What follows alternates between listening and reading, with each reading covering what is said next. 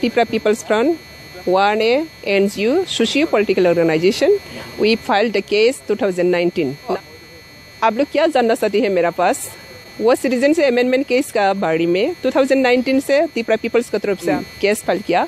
तो 2 इयर्स जैसा पेंडेमिक का कारण से ये बंद हुआ। आज फिर ये चालू हो रहा है, तो ये केस में कंटिन्यू करेंगे क्योंकि CAA का मैटर है, देश का मैटर है और देश का भविष्य का मैटर है।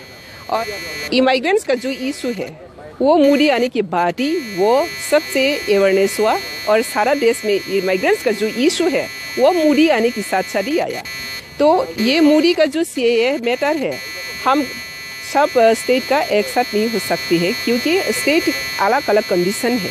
तो इसलिए सुप्रीम कोर्ट भी आसाम और Tripura entire the north east इसको सेग्रीगेटेड किया गया और कोर्ट जो करेगा वो हम सब मानना पड़ेगा as a Indian citizen and government तो ज़रूर मानेगा।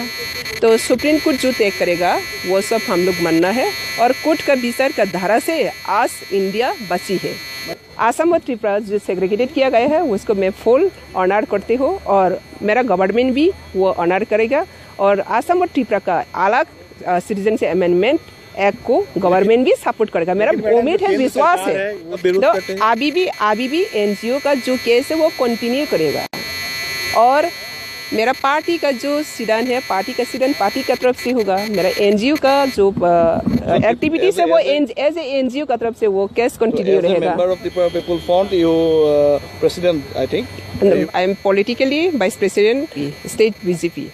लेकिन आसाम और त्रिपुरा के लिए सब जगह के एक होने के लिए केंद्र सरकार ने कहा नहीं कहा आज तक? क्यों नहीं कहा? आसाम और त्रिपुरा, आसाम एंड त्रिपुरा को केंद्र सरकार भी अलग तरीके से देखने के लिए आज भी वो सिंपैथी है। जो सिटीजनशिप अमेंडमेंट एक्ट के करीबन 200 रिट पिटिशन जो हमारे सुप्रीम कोर्ट में फाइल हुआ है पूरे देश भर से, वाज ऑनरेबल चीफ जस्टिस के कोर्ट में लिस्टेड थे, ऑनरेबल चीफ जस्टिस और जस्टिस S रविंद्र भट्ट के खंडपीठ में।